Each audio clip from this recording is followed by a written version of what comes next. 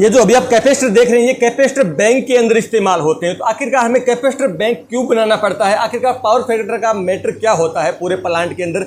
जब power factor down चला जाता है आपको एक बहुत बड़ी पेनल्टी पड़ जाती है। आखिरकार ये कैपेसिटर क्यों लगाए जाते हैं, इनके पीछे क्या रीजंस होते हैं, हमारा अधिकतम पावर फैक्टर कितना रहना चाहिए, कुछ बेसिक बातें हैं जो आपको पता होनी जरूरी है। अगर आप एक टेक्निकल लाइन के बंदे हो, आपसे कोई पूछ भी सकता है, आपका जो माइंड है वैसे भी इतना ज़्यादा इंक्रीज होना चाहिए कि आप किसी से अच्छे लेवल की बात कर सकते हैं। तो पावर फैक्टर के बारे में बताऊंगा, कैपेसिटर बैंक क्यों लगाए जाते हैं, बहुत ही आसान शब्दों में बताऊंगा।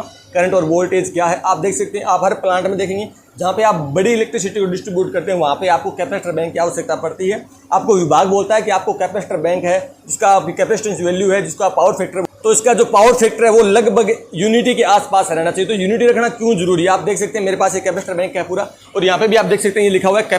तो कैपेसिटर बैंक में इतना बड़ा इन्वेस्टमेंट हमें करना क्यों होता है, चलो हम one by one step by step समझने की कोशिश करेंगे। आपको कोई भी चीज़ रटने की जरूरत नहीं, आपको वन बाय वन स्टेप समझना है। एक्चुअली क्या है, चीज़ें समझने से ज़्यादा क्लियर होती है, लॉन्ग टाइम तक आपको याद रहते हैं, आपका विजन पूर्णतः क्लियर हो जाता है। चलिए चलते हैं कॉपी और पेन पे, स्टेप बाय स्टेप आपको करंट, वोल्टेज, आपका पावर फैक्टर कैसे मेंटेन रखना है, क्या यूनिटी होता है, सब कुछ समझने की कोशिश करते हैं। छोटे से वीडियो में मात्र आपको 2 मिनट मुझे देनी है। और फैक्टर को समझने के लिए हमें 3 प्रकार के परिपथों के बारे में पढ़ना पड़ेगा। फर्स्ट हमारा है शुद्ध प्रतिरोधी परिपथ, सेकंड है इंडक्टिव परिपथ, और थर्ड हमारा है कैपेसिटिव परिपथ। अब सबसे पहले हम बात करते हैं शुद्ध प्रतिरोधी परिपथ की। इसमें धारा वोल्टेज दोनों इन फेज रहती हैं।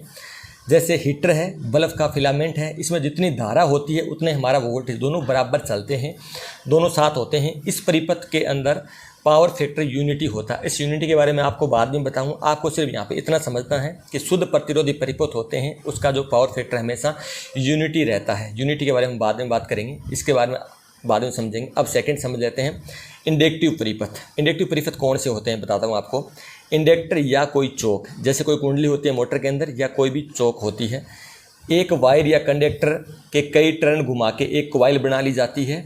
यह बनाने का कारण है फैराडे का नियम। फैराडे का नियम क्या है दोस्तों, जब हम कोई कुंडली का निर्माण करते हैं, कोई कॉइल बनाते हैं, जब उसके अंदर हम विद्युत वाहक बल प्रवाहित करते हैं तो उसके चारों एक चुंबकीय क्षेत्र पैदा हो जाता है। आपने चेक किया होगा जब आप मोटर के अंदर विद्युत वाहक बल पैदा करते हो यानी जिसको देते हो, उस दौरान क्या होता है, इसके अंदर एक चुंबक बन जाता है जिससे हमारी मोटर का रोटर घूमता है। इसीलिए हम इंडक्टिव परिपथ का इस्तेमाल करते हैं। और प्लांट का जो मोस्टली लोड होता है, जितना भी लोड होता है वो सारा लगभग इंडक्टिव होता है। इंडक्टिव इसलिए होता है क्योंकि यहाँ पे मोटरें चलती हैं, जितनी भी होती हैं मोटरों से चलता है। बड़ी मोटरें 1500 किलोवाट, 500 किलोवाट, 100 किलोवाट, हर प्रकार की 5-10 किलोवाट की मोटरें भी चलती हैं। तो लगभग हमारा जो लोड होता है वो मोटर के अंदर होता है। जैसे घर के अंदर पानी की मोटर है, कूलर के अंदर मोटर है, तो हर जगह मोटरें इस्तेमाल होती हैं। इसलिए जो मोस्टली लोड रहता है वो इंडक्टिव परिपथ का रहता है। अब इसका लॉस क्या है, इसमें वोल्टेज धारा से आगे होती है, इसलिए यह लेगिंग कहलाता है। इसमें होता क्या दोस्तों, इसमें वोल्टेज हमेशा, ये जो वोल्टेज है ये धारा से हमेशा आगे होती है। अब होती आगे क्यों है, जब कोई कुंडली के अंदर हम विद्युत वाहक बल देते हैं यानी उसमें अगर विद्युत धारा देते हैं तो होता क्या है, उसके अंदर चुंबकीय क्षेत्र जब पैदा होगा तो ये वह एक खुद का विद्युत वाहक बल पैदा कर लेगा, यानी इसको बैक ईएमएफ बोलते हैं। वह बैक ईएमएफ जो हम विद्युत धारा उसको देते हैं उसी का विरोध करने लग जाता है। इसीलिए क्या होता है दोस्तों, धारा पीछे रह जाती है और वोल्टेज आगे हो जाता है। आपको यहाँ पे सिर्फ इतना समझना है कि जो हमारा इंडक्टिव परिपथ है वो हमेशा लेगिंग होता है। लेगिंग की हम बाद में बात करेंगे, आपने यूनिट देख लिया। लेगिंग का मतलब होता है, लेगिंग में हमेशा विद्युत धारा वो पीछे रहती है, वोल्टेज आगे रहती है। वोल्टेज आगे है सिचुएशन के अंदर और धारा पीछे है। तो आप यहाँ पे मान के चलिए आपको यहाँ पे लॉस निश्चित है, क्योंकि हमें हर हाल के अंदर वोल्टेज और धारा दोनों को बराबर रखना है। और इस कंडीशन में आपने देख लिया जो इंडक्टिव परिपथ है उसके अंदर तो हमारा वोल्टेज आगे है और जो हमारी धारा है वो पीछे है। ठीक है, ऐसा लोड आपने फैक्ट्री में देखा होगा या आपने घर में कहीं भी देखा होगा, तो वहाँ पे क्या होता है, पूरे इंडक्टिव परिपथ होते हैं। फैक्ट्रियों में लगभग इंडक्टिव परिपथ होते हैं, उसमें क्या होता है, पूरा जो पावर फैक्टर है वो लेगिंग रहता है। अब जो लेगिंग पावर फैक्टर का मैं आपको आगे लॉस बताऊंगा। इतना आपने समझ लिया कि जो रेजिस्टिव परिपथ है शुद्ध, उसके अंदर तो यूनिटी रहता है और जो इंडक्टिव है उसके अंदर हमारा रहता है लेगिंग रहता है। अब हमें लेगिंग नहीं चाहिए, क्यों नहीं चाहिए, कि हमें वोल्टेज और धारा दोनों बराबर चाहिए। अब हमारा जो तीसरा परिपथ है वो है कैपेसिटिव परिपथ, यानी संधारित्र, जो हम कैपेसिटर लेते हैं या कैपेसिटर। यह वोल्टेज के परिवर्तन का विरोध करता है और हमेशा धारा को आगे धकेलता है, यानी धारा इसमें देखो यहाँ पे आगे रहती है और वोल्टेज हमेशा पीछे रहता है। ठीक है, हमारा पहला परिपथ था उसमें क्या था, वोल्टेज आगे था, इसमें क्या है, धारा आगे है। यहाँ भी दिक्कत है, हमें धारा भी आगे नहीं चाहिए, हमें वोल्टेज और धारा दोनों बराबर चाहिए, वो आगे करेंगे हम। ठीक है, तो जो कैपेसिटिव परिपथ है वो हमेशा धारा को आगे धकेलता है, यानी 90 डिग्री आगे धकेलता है और वोल्टेज वो रखता है पीछे। इसमें धारा वोल्टेज से आगे रहती है, इसलिए इसे लीडिंग अवस्था कहते हैं। ये लीडिंग अवस्था हो गई हमारी, ठीक है दोस्तों, और ये हो गई हमारी लैगिंग अवस्था, और ये हो गई हमारी यूनिटी अवस्था। 3 अवस्थाएं होंगी, ठीक है। हमें चाहिए सिर्फ और सिर्फ यूनिटी। यूनिटी क्यों चाहिए, और हमें जो प्लांट में अगर यूनिटी पावर फैक्टर नहीं रहता तो हमें जो पेनल्टी पड़ती है वो क्यों पड़ती है, उसकी मैं बात करूँगा, ठीक है।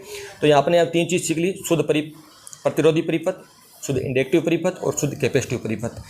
लैगिंग अवस्था पढ़ लिया आपने, लीडिंग अवस्था पढ़ ली। अब इन दोनों का समन्वय बनाना पड़ता है। देखो मोटरें तो हम यूज़ लेते हैं इसीलिए कि हम मोटरें चलाते हैं, हमें मतलब जैसे इसका आउटपुट लेना होता है, इसके सॉफ्ट पे जो शक्ति है वो लेनी होती है, हमें इसकी ज़रूरत नहीं पड़ती, फिर भी हमें कैपेसिटर बैंक लगाने पड़ते हैं। क्यों लगाने पड़ते हैं, इन दोनों को बराबर करने के लिए हमें कैपेसिटर बैंक लगाने पड़ते हैं। यूनिटी तब होगा जब हमारा कैपेसिटेंस और इंडक्टेंस दोनों बराबर होंगे, यानी कैपेसिटिव रिएक्टेंस और इंडक्टिव रिएक्टेंस जब दोनों बराबर होंगे तब यूनिटी होगा। तो यूनिटी का बहुत बड़ा फायदा होता है, मैं जस्ट अगले क्वेश्चन में आपको बताऊँगा, ठीक है।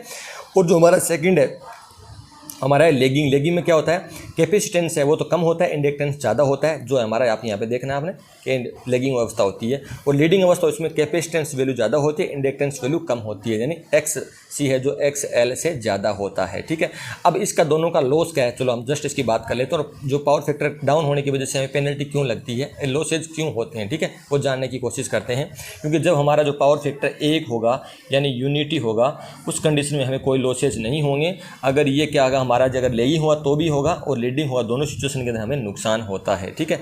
तो चलो बात कर लेते हैं इसकी आगे। पावर फैक्टर डाउन होने पर विभाग आपको पेनल्टी क्यों देता है। अब होता क्या दोस्तों, कई बार जब हमारा पावर फैक्टर 0.95 से बहुत ज़्यादा डाउन चला जाता है, अगर 0.75 चला गया, 0.80 चला गया, उस दौरान क्या होगा दोस्तों, यहाँ पे हमें बहुत ज़्यादा पेनल्टी पड़ती है। विभाग हमसे बहुत बड़ी एक चार्ज लेता है। अब विभाग चार्ज क्यों लेता है, उसका एक बहुत बड़ा विभाग का भी लॉस होता है। यहाँ पे कॉपर लॉस तो होता ही होता है, पर विभाग का एक बहुत बड़ा लॉस होता है, वो मैं आपको यहाँ पे समझाने की कोशिश कर रहा हूँ। अब आप समझने की कोशिश कर लीजिए। जैसे कोई एक अल्टरनेटर है जो 230 वोल्टेज पर काम कर रहा है, जो हमें 1000 एम्पियर का लोड दे रहा है, धारा जो में प्रदान कर रहा है, और इसका जो पावर फैक्टर है वो 0.5 है, ठीक है दोस्तों। पावर फैक्टर समझ कोशिश कीजिए, यहाँ पे यूनिटी नहीं है, बहुत ज़्यादा लेगिंग है, 0.5 है, ठीक है। इसका आउटपुट कितना होगा, तो यहाँ पे हम आउटपुट निकालने के लिए फॉर्मूला होता है, पावर का निकालने का फॉर्मूला होता है, AC पावर निकालते हैं, P बराबर हमारा होता है V इंटू आई कोस फाई, यानी हमारा वोल्टेज इंटू धारा इंटू कोस फाई, जो हमारा पावर फैक्टर है वो जो DC विद्युत होती है उसमें होता है। DC पावर का होता है हमारा V इंटू आई, यानी वोल्टेज इंटू सिर्फ धारा होता है, और यहाँ पे पावर फैक्टर का कोई रोल नहीं होता। जैसे आपको पता है कि DC पावर के अंदर पावर फैक्टर का कोई भी रोल नहीं होता, ठीक है। तो हम सिर्फ आभासी शक्ति है जो AC पावर है उसका निकालने की कोशिश करें, ठीक है। यहाँ पे देख लीजिए, पावर का फॉर्मूला है V इंटू आई कोस फाई, कोस फाई हमारा पावर फैक्टर है। तो हमारे पास वोल्टेज कितना है, 230 वोल्टेज है, ठीक है। धारा हमारी 1000 एम्पियर है, और हमारा जो पावर फैक्टर है वो 0.5 है, ठीक है। आप देख लीजिए, तो निकल के आता है हमारा यहाँ पे 1,15,000 वाट। अब वाट को जब हम किलोवाट में कन्वर्ट करते हैं तो हमेशा हम जार का भाग देते हैं, तो यहाँ पे आ गया 115 किलोवाट। 1 किलोवाट का 1 यूनिट होता है, तो यहाँ पे 115 यूनिट निकल के आ गए। यानी इस सिचुएशन के अंदर क्या हुआ, हमारा जो टोटल निकल के आया, जो हमारी खपत है जो निकल के आती है सिर्फ और सिर्फ 115 यूनिट आती है। अगर हम ये सप्लाई विभाग से लेंगे, बिजली विभाग से, तो हम सिर्फ उसको 115 यूनिट का पैसा देंगे, ठीक है, पैसा देंगे। और हमने उसकी विद्युत ज़्यादा ले ली है, 1000 एम्पियर ले ली है, पर हम सिर्फ 115 यूनिट का पैसा देंगे उसको, ठीक है। सेकंड सिचुएशन में क्या है, यहाँ पे देख लीजिए, वोल्टेज 230 है, यानी सेम वोल्टेज है, वही वोल्टेज है। यहाँ पे धारा है जो 1000 एम्पियर है, जो सेम है, ठीक है। और हमारा जो पावर फैक्टर है वो 0.95 है। विभाग कहता है 0.95 से ऊपर ही रखो, या 1 रखो, यानी यूनिटी रखो, ठीक है, या फिर 0.99 रखो, इससे डाउन मत आने दो। क्यों नहीं आने देता, वो ये चाहता है, जैसे पावर का शक्ति निकालने का जो सूत्र है वो सेम है, देख लीजिए, V इंटू आई, यानी वोल्टेज इंटू धारा इंटू कोस फाई, जो हमारा पावर फैक्टर है। तो 230 वोल्टेज सेम वोल्टेज है, धारा 1000 एम्पियर सेम है, और जो यहाँ पे पावर फैक्टर निकल के आता है 0.95, ठीक है। तो यहाँ पे जो यूनिट निकल गया वो है हमारे 2,18,500। अब वाट को हम किलोवाट में चेंज करें तो 1000 का भाग देते हैं, तो यहाँ पे निकलेगा 218 किलोवाट, यानी 218 यूनिट निकल के आती हैं। लोड 1000 एम्पियर, दोनों में बराबर ही है। फर्स्ट में क्या है, पावर फैक्टर बहुत कम है, उस वजह से विभाग की आप बिजली तो 1000 यूनिट खपत कर रहे हो, मगर आपका बिल कितना बन रहा है, 115 यूनिट बन रहा है। इसीलिए विभाग को तुरंत पता लग जाता है और विभाग आप पे तुरंत पेनल्टी ठोक देता है। यही सबसे बड़ा रीज़न है पावर फैक्टर डाउन होने का। जितना पावर फैक्टर डाउन होगा उतनी आपको पेनल्टी पड़ेगी, उतनी आपकी यूनिटें कम आएंगी, आगे से आप ज़्यादा खपत कर रहे हो। पर इस सूत्र के अकॉर्डिंग जो आपका मीटर रीडिंग निकालेगा वो इसी हिसाब से निकालता है, इसी पर्पज से निकालता है, ये इसमें डाटा सेट होता है। अब इस डाटा के अंदर आपका जो वोल्टेज सही आ रहा है, आपकी धारा सही आ रहा है, आपका पावर फैक्टर फैक्टर बहुत कम है तो आपकी जो यूनिट है बहुत कम बन रही है। जबकि विभाग बोलता है आप उसका ज़्यादा से ज़्यादा रखो। अगर यहाँ पे देखिए 95 है तो यहाँ पे 218 यूनिट निकलती हैं और फर्स्ट सिचुएशन के अंदर 115 यूनिट निकलती हैं। तो विभाग को कितना बड़ा लॉस हो रहा है। अब इस लॉस को कवर कैसे करेगा, वो लाखों रुपये में पेनल्टी ठोक देता है आप पे। तो ये सब सिस्टम था दोस्तों पूरा। तो इसीलिए आप पे विभाग है जो पेनल्टी ठोक देता है। आपको ये जानकारी कैसे लगी, अगर आपको इसमें कोई भी डाउट हो तो आप एक बार वीडियो को फिर से देख लेना। ये बहुत ही क्रिटिकल चीज़ थी, इसमें मैंने सिर्फ बेसिक, ठीक है, सिर्फ बेसिक चीज़ों को उठाया जो आप आसानी से समझ सके। आप किसी अगर बात करो तो इस अच्छे लेवल से बात कर सको, आप चीज़ों को बता सको कि यूनिटी क्या होता है, लीडिंग क्या होता है, लेगिंग क्या होता है। आप एक बार फिर से वीडियो को देख लेना, आपकी एक एक चीज़ें बिल्कुल क्लियरफाई हो जाएंगी। अगर आपको ये वीडियो अच्छा लगा तो वीडियो को लाइक कर दीजिए, चैनल को फॉलो कर दीजिए। आपको बहुत ही इन्फॉर्मेटिव वीडियो, बहुत ही आसान लैंग्वेज में आपको समझाने वाला हूँ, आपके एक एक डाउट को क्लियर करने वाला हूँ। आपके इसमें अगर कोई भी डाउट हो आप वीडियो को दोबारा देखिए, आपके सब डाउट क्लियर हो जाएंगे। थैंक यू दोस्तों यहाँ तक बने रहने के लिए।